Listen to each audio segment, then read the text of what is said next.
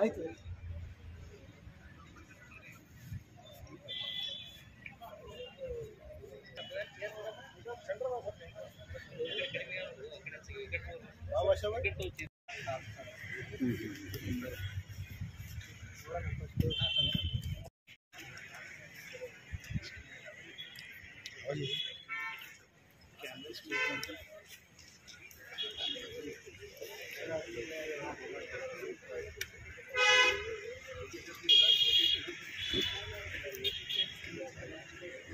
ಹಿಂದೆ ಬರ್ರಿ, ಹಿಂದೆ ಬರ್ರಿ, ನಾ ಹಿಂದೆ ಬರ್ರಿ.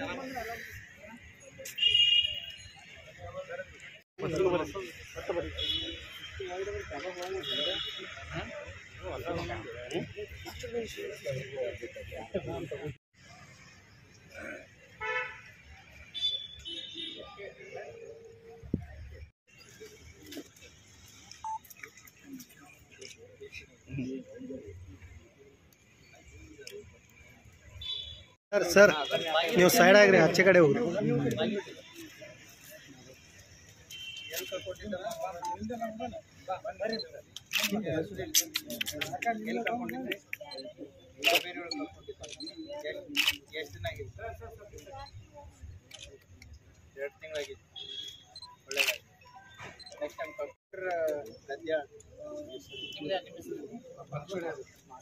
ಗದ್ದಾಳ ಒಂದು ಯಾವ್ದು ಕೊಟ್ಟು ತಗೊಂಡು ಆಮೇಲೆ ವಾಪಸ್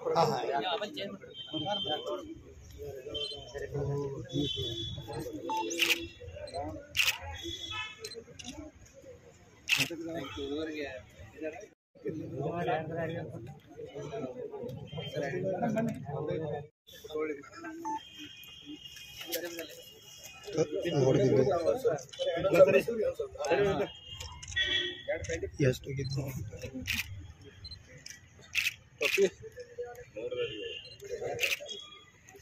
ಇತ್ತೀಚೆಗೆ ತಾವು ಗಮನಿಸಿದಂತೆ ವಿಜಯಪುರ ಜಿಲ್ಲೆ ಅಷ್ಟೇ ಅಲ್ಲ, ಬೇರೆ ಬೇರೆ ಕಡೆ ಫ್ರಾಡ್ಸ್ಗಳು, ಸೈಬರ್ ಕ್ರೈಮ್ಸ್ಗಳು ದಿನೇ ದಿನೇ ಹೆಚ್ಚಾಗ್ತಾ ಇದೆ.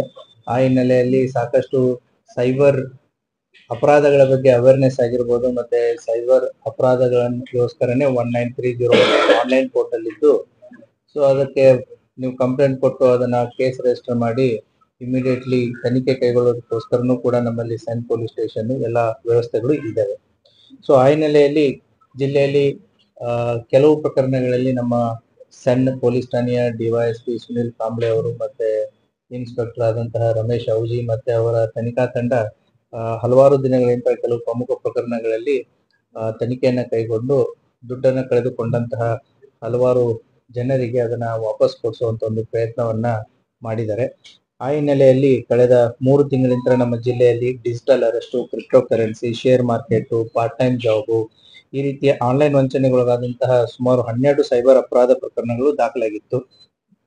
ಆ ಹಿನ್ನೆಲೆಯಲ್ಲಿ ಈ ತಂಡ ನಮ್ಮ ಸೆನ್ ಪೊಲೀಸ್ ಸ್ಟೇಷನ್ ಕ್ರೈಮ್ ನಂಬರ್ 53/2024 ನಮ್ಗೆ ಆಲ್ರೆಡಿ ಮಾಹಿತಿ ಇದ್ದಂತೆ ಡಿಜಿಟಲ್ ಅರೆಸ್ಟ್ ಆಗಿತ್ತು. ಈ ಡಿಜಿಟಲ್ ಅರೆಸ್ಟ್ ದಲ್ಲಿ ಒಬ್ರು 38 ಲಕ್ಷವನ್ನ ಕಳ್ಕೊಂಡಿದ್ರು. ಈ ಡಿಜಿಟಲ್ ಅರೆಸ್ಟ್ ದಲ್ಲಿ ಈಗಾಗಲೇ ಸುಮಾರು 31,52,000 ದುಡ್ಡನ್ನ ರಿಕವರಿ ಮಾಡಿದ್ದಾರೆ. ಮತ್ತೆ ಇನ್ನೂ ಕೂಡ ಪ್ರಯತ್ನ ನಡೀತಾ ಇದೆ, ಮತ್ತೆ ಅಪರಾಧಿಗಳ ಶೋಧ ಕಾರ್ಯನೂ ನಡೆದಿದೆ.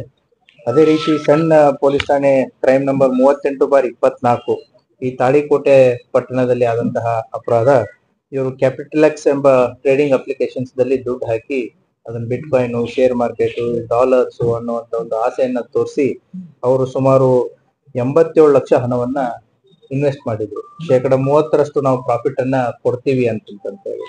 ಆ ಕೇಸಲ್ಲಿ ಈಗಾಗಲೇ 68,25,000 ಹಣವನ್ನ ರಿಕವರಿ ಮಾಡಿದ್ದಾರೆ. ಇನ್ನೂ ಕೂಡ ಪ್ರಕರಣದ ತನಿಖೆ ಮುಂದುವರಿತಾ ಇದೆ. ಅಷ್ಟೇ ಅಲ್ಲದೆ ನಮ್ಮ ಸೆನ್ ಪೊಲೀಸ್ ಸ್ಟೇಷನ್ ದಲ್ಲಿ ಕ್ರೈಮ್ ನಂಬರ್ 23/24 ಸಿಂದಗಿ ನಿವಾಸಿ ಒಬ್ರು ಸಾಫ್ಟ್ವೇರ್ ಇಂಜಿನಿಯರ್, ಅವರು ಕೂಡ ಟ್ರೇಡ್ ಬುಲ್ಸ್ ಅನ್ನುವಂತಹ ಒಂದು ಟ್ರೇಡಿಂಗ್ ಆಪ್ ಅಲ್ಲಿ ಹಣವನ್ನ ಸುಮಾರು 1 ಕೋಟಿಯಷ್ಟು ಹಣವನ್ನ ಇನ್ವೆಸ್ಟ್ ಮಾಡಿದ್ರು, ವಂಚನೆಗೆ ಒಳಗಾಗಿದ್ರು. ಆ ಪ್ರಕರಣದಲ್ಲಿನೂ ಕೂಡ ಸುಮಾರು 10 ಲಕ್ಷದಷ್ಟು ಹಣವನ್ನ ಈಗ ರಿಕವರಿ ಮಾಡಿ ಇನ್ನೂ ಕೂಡ ಪ್ರಕರಣ ತನಿಖೆ ಮುಂದುವರಿತಾ ಇದೆ. ಇನ್ನೊಂದು ಅಪರಾಧ ಪ್ರಕರಣ ವಿಜಯಪುರ ನಗರದ ನಿಖಿಲ್ ಶಿವಾನಂದ್ ಮೋಜಿ ಅನ್ನೋರು ದ ಆಕ್ಟಾ ಟ್ರೇಡಿಂಗ್ ಆಪ್ ಅನ್ನೋದ್ರಲ್ಲಿ ಟ್ರೇಡಿಂಗ್ ಅಪ್ಲಿಕೇಶನ್ ದಲ್ಲಿ ಸೇಮ್ ಅದೇ ಮಾಡಸ್ ಅಪ್ರೆಂಡಿ US ಡಾಲರ್ ಕನ್ವರ್ಟ್ ಮಾಡುತ್ತೆ, ಬಿಟ್ ಕಾಯಿನು, ಆಯಿಲ್ ಇಂಡಸ್ಟ್ರಿಯಲ್ಲಿ ಇನ್ವೆಸ್ಟ್ಮೆಂಟ್ ಮಾಡುತ್ತೆ, ನಿಮಗೆ ಶೇಕಡ 4ರಷ್ಟು ಲಾಭಾಂಶವನ್ನು ನಾವು ಇಮಿಡಿಯೇಟ್ಲಿ ಕೊಡ್ತೀವಿ ಅಂತಂತೇಳಿ ಇವರು ಕೂಡ ಮೋಸಕ್ಕೆ ಒಳಗಾಗಿ ಸುಮಾರು 2 ಕೋಟಿ ಇನ್ವೆಸ್ಟ್ಮೆಂಟ್ ಮಾಡಿರ್ತಾರೆ. ಅದರಲ್ಲಿ ಸುಮಾರು ಈಗ ಆಸ್ ಆಫ್ ನೋ 38 ಲಕ್ಷ ಅಮೌಂಟನ್ನು ರಿಕವರಿ ಮಾಡಿ ಅವರಿಗೆ ಇದನ್ನು ಮಾಡಲಾಗಿದೆ. ಮತ್ತೆ ಇದೇ ರೀತಿ ಸೆನ್ ಪೊಲೀಸ್ ಠಾಣೆಯಲ್ಲಿ ಕೂಡ ಇತರ 4 ಪ್ರಮುಖ ಆನ್ಲೈನ್ ವಂಚನೆ ಪ್ರಕರಣಗಳಾಗಿತ್ತು. ಅದರಲ್ಲೂ ಕೂಡ ಈ ವಂಚನೆಗಳಿಂದ ಈಗ ಟೋಟಲ್ 1,47,76,053 ರೂಪಾಯಿಯನ್ನ ಈಗ ಅವರಿಗೆ ಮರಳಿ ಕೊಡಿಸಿದ್ದಾರೆ. ಎಲ್ಲ ಪ್ರಕರಣಗಳಲ್ಲಿ 4 ಪ್ರಕರಣ, ನಾನು ಮೇನ್ ಹೇಳಿದಂತ 4 ಪ್ರಕರಣಗಳಲ್ಲಿ ಒಟ್ಟು 1,47,76,053 ರೂಪಾಯಿ ಇದನ್ನ ವಾಪಸ್ ಕೊಡಿಸುವಂತ ಕಾರ್ಯವನ್ನ ಮಾಡಿದ್ದಾರೆ. ಅದೇ ರೀತಿ ಜಿಲ್ಲೆಯಾದ್ಯಂತ ಹಲವಾರು ಮೊಬೈಲ್ ಕಳ್ಳತನ, ಮೊಬೈಲ್ ಮಿಸ್ಸಿಂಗ್ ಇವೆಲ್ಲ ಕಂಪ್ಲೀಟ್ ಆಗಿರ್ತವೆ. CEIR ಅಂತ ಪೋರ್ಟಲ್ ಇರುತ್ತೆ. ಆ ಪೋರ್ಟಲ್ನಲ್ಲಿ ನಾವು ಏನೇನ್ ಬೇಕು ಮಾಹಿತಿಯನ್ನೆಲ್ಲ ಹಾಕಿದ ತಕ್ಷಣ ಆ ಮೊಬೈಲು ನಿಷ್ಕ್ರಿಯಗೊಂಡಿರುತ್ತೆ. ಯಾವಾಗ ಆ ಮೊಬೈಲ್ಗೆ ಯಾರಾದ್ರೂ ಅದನ್ನ ಯೂಸ್ ಮಾಡಿದ್ರೆ ಅಂತಂದ್ರೆ ಸೊ ಆಟೋಮೆಟಿಕ್ಲಿ ಅದ್ರ ಬಗ್ಗೆ ನಮಗೆ ಮಾಹಿತಿ ಬರುತ್ತೆ. ಆ ರೀತಿಯಾಗಿ ಸುಮಾರು 20 ಮೊಬೈಲ್ ವರ್ತ್ 3,44,000 ವರ್ತ್ 4 ಮೊಬೈಲ್ಗಳನ್ನ 20 ಮೊಬೈಲ್ಗಳನ್ನ ರಿಕವರಿ ಮಾಡಿದ್ದಾರೆ. ಅದನ್ನು ಕೂಡ ವಿಕ್ಟಿಮ್ಸ್ಗಳಿಗೆ ಕೊಡುವಂತ ಒಂದು ವ್ಯವಸ್ಥೆಯನ್ನ ಮಾಡಲಾಗ್ತಾ ಇದೆ. ಸೊ ಸೈಬರ್ ಅಪರಾಧಗಳಿಗೆ ಸಂಬಂಧಪಟ್ಟಂತೆ ಕೆಲವೊಂದಿಷ್ಟು ನಾವು ಸುರಕ್ಷಾ ಕ್ರಮಗಳನ್ನ ನಾವು ಅದ್ರ ಬಗ್ಗೆ ಮಾತಾಡಿದೀವಿ. ಸೊ ಯಾವುದೇ ರೀತಿಯಾದಂತ ಬ್ಯಾಂಕಿಂಗಿಗೆ ಸಂಬಂಧಪಟ್ಟಂತೆ ಯಾವುದೇ ಮೊಬೈಲ್ ಕಾಲ್ಸ್ಗಳು ಬ್ಯಾಂಕ್ದವರಾಗ್ಲಿ ಯಾರೇ ಆಗಲಿ ನಿಮಗೆ ನೇರವಾಗಿ ಮಾಡಲ್ಲ. ಸೊ ದ ಬೆಸ್ಟ್ ವೇ ಏನು ಅಂತಂತಂದ್ರೆ ಆ ಕಾಲ್ಸ್ಗಳನ್ನ ರಿಸೀವ್ ಮಾಡಕ್ಕೆ ಹೋಗಬೇಡಿ. ಸೊ ರಿಸೀವ್ ಮಾಡಿದ್ರು ಕೂಡ ಯಾವುದೇ ರೀತಿಯಾದಂತ ನಿಮ್ಮ ಪರ್ಸನಲ್ ಮಾಹಿತಿ ಆಗಿರ್ಲಿ, ಡಿಜಿಟಲ್ ಡೇಟಾ ಆಗಿರ್ಲಿ, ಅಥವಾ ನಿಮ್ಮ Aadhaar card, PAN card, ATM, ಆಮೇಲೆ OTP ಯಾವುದೇ ರೀತಿಯಾದಂತ ಮಾಹಿತಿಯನ್ನು ಕೊಡಕ್ ಹೋಗ್ಬೇಡಿ. ಯಾರು ಕೂಡ ನಿಮಗೆ ಕೇಳಿದ್ರು ಯಾರು ಕೇಳೋದನ್ನೇ ಇಲ್ಲ, ಕೇಳ್ತಾ ಇದಾರೆ ಅಂತಂತಂದ್ರೆ ಇದು ಏನು ಮೋಸದ ಒಂದು ಜಾಲ ಇರುತ್ತೆ. ಅದೇ ರೀತಿ ನಿಮ್ಮ ಪಾಸ್ವರ್ಡ್ಸ್ ಗಳನ್ನ ಟೈಮ್ ಟು ಟೈಮ್ ಅಪ್ಡೇಟ್ ಮಾಡ್ತಾ ಇರಿ. APK ಫೈಲ್ಸ್ ಗಳನ್ನ ಡೌನ್ಲೋಡ್ ಮಾಡಿ ಅದರಲ್ಲಿ ನಿಮ್ಮ ಎಲ್ಲಾ ಮಾಹಿತಿಗಳನ್ನ ಕೊಡಕ್ ಹೋಗಬೇಡಿ. ಅದೇ ರೀತಿ ನಿಮಗೆ ಏನೋ ಕೊರಿಯರ್ ಬಂದಿದೆ, ನಿಮ್ದು ಇಂಟರ್ನ್ಯಾಷನಲ್ ಪೋರ್ಟ್ ಅಲ್ಲಿ ಒಂದು ಪಾರ್ಸಲ್ ಬಂದಿದೆ ಅಥವಾ ಏರ್ಪೋರ್ಟ್ ಅಲ್ಲಿ ಒಂದು ಪಾರ್ಸಲ್ ಬಂದಿದೆ, ಅದು ನಿಮ್ಮ ಹೆಸರಿಗಿದೆ. ಸೊ ಅದು ರಿಲೀಸ್ ಆಗ್ಬೇಕಂತಂದ್ರೆ ಎಷ್ಟು ದುಡ್ಡು ಹಾಕಿ ಅಂತ ಬರುತ್ತವೆ. ಅದಕ್ಕೂ ಕೂಡ ಯಾವುದೇ ಕಾರಣಕ್ಕೂ ಎಂಟರ್ಟೈನ್ಮೆಂಟ್ ಮಾಡಕ್ ಹೋಗಬೇಡಿ. ಡಿಜಿಟಲ್ ಅರೆಸ್ಟ್ಗಳು, ನಿಮ್ಮ ಮೇಲೆ ಒಂದು ಡ್ರಗ್ಸ್ ಕೇಸ್ ಬಿದ್ದಿದೆ, ನಿಮ್ಮ ಮಗ ಸಿಕ್ಕಾಕೊಂಡಿದ್ದಾನೆ, ನಿಮ್ಮ ಮಗಳು ಸಿಕ್ಕಾಕೊಂಡಿದ್ದಾಳೆ, ಸೊ ಅವ್ರನ್ನ ಅರೆಸ್ಟ್ ಮಾಡ್ತಾ ಇದೀವಿ, ಆ ರೀತಿ ಈ ರೀತಿ ಅಂತಂತ ಹೇಳಿ ನಿಮ್ಮನ್ನ ದುಡ್ಡು ಹಾಕ್ಸುವಂತ ಒಂದು ವ್ಯವಸ್ಥೆನೂ ಇರುತ್ತೆ. ಮತ್ತೆ ನಿಮ್ಮ ಬ್ಯಾಂಕಿಗೆ ಸಂಬಂಧಪಟ್ಟಂತ ಪಾಸ್ವರ್ಡ್ಸ್ ಗಳನ್ನ, ಯೂಸರ್ ನೇಮ್ಸ್ ಗಳನ್ನ ಟೈಮ್ಗೆ ಟೈಮು ಸೊ ಅದನ್ನ ಕಂಟಿನ್ಯೂಸ್ ಆಗಿ ಚೇಂಜ್ ಮಾಡ್ತಾ ಇರಿ. ಅದೇ ರೀತಿ ನಿಮಗೆ SMS ವಾಟ್ಸಪ್ಸ್ ಗಳಲ್ಲಿ ಬರುತ್ತೆ ಇನ್ವೆಸ್ಟ್ಮೆಂಟ್ಗೆ ಸಂಬಂಧಪಟ್ಟಂತೆ ಅಥವಾ ಲಾಟ್ರಿಗೆ ಸಂಬಂಧಪಟ್ಟಂತೆ ಅಥವಾ ನಿಮ್ಮ ಅಮೌಂಟಿಗೆ ಇಷ್ಟು ಕ್ರೆಡಿಟ್ ಆಗಿದೆ, ಆ ಕ್ರೆಡಿಟ್ ಆಗಿದೆ ಅಂತ ಹೇಳಿ. ಸೊ ಅದಕ್ಕೂ ಕೂಡ ಸಾರ್ವಜನಿಕರು ಯಾವುದೇ ರೀತಿಯಾದಂತ ಒಂದು ರೆಸ್ಪಾನ್ಸ್ ಅನ್ನ ಮಾಡಕ್ಕೆ ಹೋಗಬೇಡಿ. ಮತ್ತೆ ಈ ಬಡ್ಡಿ ದರದಲ್ಲಿ, ಕಡಿಮೆ ಬಡ್ಡಿ ದರದಲ್ಲಿ ದುಡ್ಡು ಕೊಡ್ತಾರೆ ಮಾಡ್ತಾರೆ ಅಂತಂತೇಳಿ ಆನ್ಲೈನ್ ಆಪ್ಸ್ ಗಳನ್ನು ಇದೆ, ಆ ಮೋಸಕ್ಕೂ ಕೂಡ ಬಲಿ ಕೊಡಬೇಡಿ. ಮತ್ತೆ ಕೆಲವೊಂದಿಷ್ಟು ಜನ ಏನು ಸಾಮಾಜಿಕ ಜಾಲತಾಣಗಳಲ್ಲಿ ಅಪರಿಚಿತರು ಕೂಡ ವಿಡಿಯೋ ಕಾಲ್ಗಳನ್ನ ಮಾಡ್ತಾರೆ. ಸೊ ಯಾರೋ ಅನ್ನೋನ್ ಕಾಲ್ಸ್ಗಳು ಬರ್ತಾ ಇರುತ್ತೆ, ಅದನ್ನ ಸುಮ್ಮನೆ ರಿಸೀವ್ ಮಾಡಿಬಿಟ್ಟು ನೀವು ಟ್ರ್ಯಾಪ್ ಆಗಕ್ ಹೋಗ್ಬೇಡಿ. ಕೆಲವೊಮ್ಮೆ ಹನಿ ಟ್ರ್ಯಾಪ್ ಆಗ್ತಾರೆ, ಕೆಲವೊಮ್ಮೆ ಏನೋ ಅವ್ರನ್ನ ಟ್ರ್ಯಾಪ್ಗೆ ಹಾಕಿಬಿಟ್ಟು ನಿಮ್ಮ ಇಮೇಜಸ್ ವಿಡಿಯೋನ ನಾವು ಸರ್ಕ್ಯುಲೇಟ್ ಮಾಡ್ತೀವಿ, ಇಷ್ಟು ದುಡ್ಡು ಕೊಡಿ ಅನ್ನುವಂತ ಒಂದು ಜಾಲನೂ ಇದೆ. ಈ ರೀತಿಯಾದ ಸಾಕಷ್ಟು ಸ್ಕ್ಯಾಮ್ಸ್ಗಳನ್ನು ಕೂಡ ಜನರ ಗಮನಕ್ಕೂ ಬಂದಿದೆ, ನಿಮ್ಮ ಗಮನಕ್ಕೂ ಬಂದಿದೆ. ಇವಕ್ಕೆ ಒಂದೇ ಏನು ಅಂತಂತಂದ್ರೆ ಸಿಂಪಲ್ ಆಗಿ ನಾನು ಕನ್ಕ್ಲೂಷನ್ ಅದನ್ನೇ ಬರ್ದಿದ್ದೇನೆ, ಆಸೆಯೇ ದುಃಖಕ್ಕೆ ಕಾರಣ ಅಂತಂತೇಳಿ, ದುರಾಸೆಯೇ ಮೋಸಕ್ಕೆ ಕಾರಣ. ಸೊ ಅದಕ್ಕೆ ಈ ಮೋಸ ಎಲ್ಲಿ ಹೋಗುತ್ತೆ ಅಂತಂದ್ರೆ ದುರಾಸೆ ಇದ್ದಲ್ಲಿ ಮೋಸ ಜಾಸ್ತಿ ಹೋಗುತ್ತೆ. ಈ ಪ್ರಚೋದನೆಗೆ ಆಗಿರ್ಲಿ ಅಥವಾ ಈ ಲಾಭಾಂಶಕ್ಕಾಗಿರ್ಲಿ ಅಥವಾ ಈ ಆಮಿಷಗಳಿಗೆ ಒಳಗಾಗಬೇಡಿ.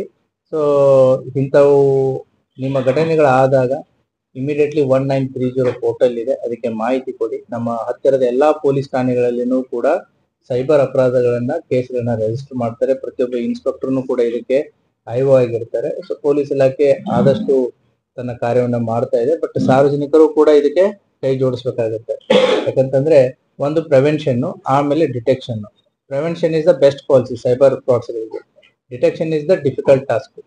ಈ ಬೇರೆ ಸಾಂಪ್ರದಾಯಿಕ ಅಪರಾಧಗಳಿದಾವೆ, ಟ್ರೆಡಿಷನಲ್ ಕ್ರೈಮ್ಸ್ ಅಂತ ಏನ್ ಕರಿತೀವಿ, ಅಲ್ಲಿ ಫಿಸಿಕಲ್ ಆಗಿ ಆರೋಪಿ ಬಂದಿರ್ತಾನೆ, ಹೋಗಿರ್ತಾನೆ, ಮಾಡಿರ್ತಾನೆ, ಯಾವ್ದೋ ಒಂದು ಟ್ರೇಸ್ ಬಿಟ್ಟು ಹೋಗಿರ್ತಾನೆ. ಬಟ್ ಇದು ಡಿಜಿಟಲ್ ಕ್ರೈಮ್ಸ್ ಗಳಲ್ಲಿ ಆರೋಪಿ ಯಾವ್ದೋ ದೇಶದಲ್ಲಿ ಇರ್ತಾನೆ, ಎಲ್ಲೋ ಇರ್ತಾನೆ, ಅದನ್ನ ಟ್ರೇಸ್ಗಳನ್ನ ಕಂಡುಹಿಡಿಯೋದು ಕಷ್ಟ. ಇದಕ್ಕೆ best solution is prevention. So ಈ ನೆಲೆಯಲ್ಲಿ ಈ ಸೈಬರ್ ಕೇಸ್ಗಳನ್ನ ನಮ್ಮ ಸೈಬರ್ ಪೊಲೀಸ್ ಠಾಣೆಯ DYSP ಸುನಿಲ್ ಕಾಂಬ್ಳೆ ಮತ್ತೆ ರಮೇಶ್ ಅವುಜಿ ಮತ್ತೆ ಅವರ ತನಿಖಾ ತಂಡ ಸಾಕಷ್ಟು ಶ್ರಮವಹಿಸಿ ಕೆಲಸ ಮಾಡಿದ್ದಾರೆ. ಆ ಹಿನ್ನೆಲೆಯಲ್ಲಿ ಸುಮಾರು ಇವತ್ತು 1,47,00,000 ದುಡ್ಡನ್ನ ಇವಾಗ ಸಾರ್ವಜನಿಕರಿಗೆ ಕೋರ್ಟ್ ಪರ್ಮಿಷನ್ ತಗೊಂಡು ಕೊಡುವಂತ ಒಂದು ವ್ಯವಸ್ಥೆಯನ್ನ ಮಾಡಿದ್ದಾರೆ. So we heartily congratulate the entire team for their efforts. So ಸಾರ್ವಜನಿಕರು ಯಾವುದೇ ರೀತಿಯಾದಂತ ಸೈಬರ್ ಫ್ರಾಡ್ಸ್ ಗಳಿಗೆ ಒಳಗಾದಾಗ ಇಮಿಡಿಯೇಟ್ಲಿ 1930ಗೆ ಕಾಲ್ ಮಾಡಿಬಿಟ್ಟು ನಿಮ್ಮ ಹತ್ತಿರದ ಪೊಲೀಸ್ ಠಾಣೆಗೆ ಹೋಗಿ ಕಂಪ್ಲೇಂಟ್ ಅನ್ನ ಲಾಡ್ಜ್ ಮಾಡಿ. Thank you.